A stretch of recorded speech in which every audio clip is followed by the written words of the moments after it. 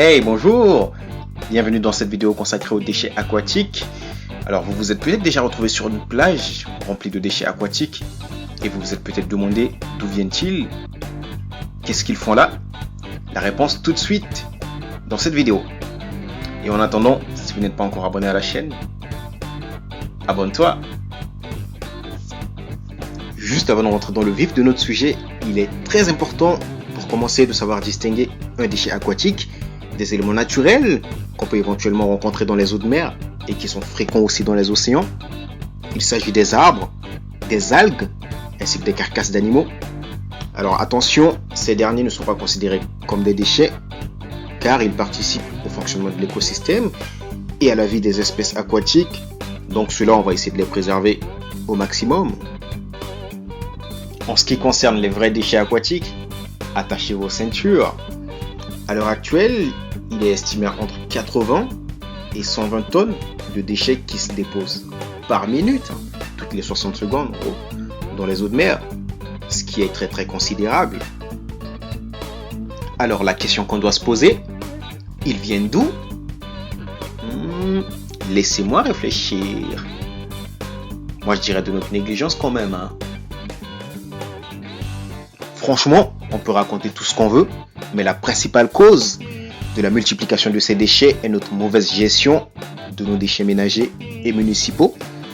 Et après, on pourra rajouter la faute sur les catastrophes naturelles, genre les typhoons, les tsunamis, les hurricanes, tu vois ce que je veux dire. Et la deuxième raison ne reste valable que dans des pays où ces catastrophes naturelles sont prépondérantes. Maintenant, en ce qui nous concerne, nos déchets ne sont pas bien triés la plupart des cas. Ces derniers sont mal collectés, voire mal recyclés ou abandonnés dans la nature, ce qui arrive le plus souvent. Le bord des routes, par exemple, est un excellent réservoir pour cela.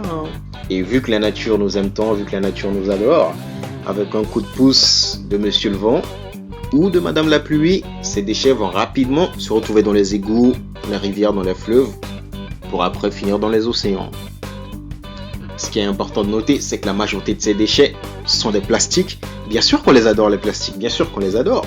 Alors je ne sais pas s'ils nous adorent autant, mais personne ne peut nier que c'est le matériau idéal en termes d'emballage, parce que déjà il a une très bonne résistance mécanique, et après il est facile à mettre en forme, et la plupart du temps on peut l'avoir gratuitement. Oui, c'est en quelque sorte un petit rêve, les plastiques, ils nous servent dans la vie au quotidien. Alors le seul problème avec ces derniers, c'est qu'ils représentent la majorité de ces déchets qui nous entourent à l'heure actuelle. Pas seulement dans les mers, mais également chez le père aussi. D'un autre côté, des recherches effectuées par le CNRS ont montré qu'on pourrait se retrouver d'ici 2025 avec entre 50 à 130 millions de tonnes de déchets plastiques dans les mers et océans. Alors dans ce cas, que faire en cas de canicule? Alors la bonne nouvelle parmi tout ça, oui, il y a une excellente nouvelle. Donc la bonne nouvelle parmi tout ça, c'est que c'est notre consommation en plastique qui détermine la quantité de déchets générés. Donc on peut toutefois diminuer la quantité de plastique qu'on utilise pour pouvoir changer les choses. Et c'est tout ce que j'avais à vous partager dans cette vidéo.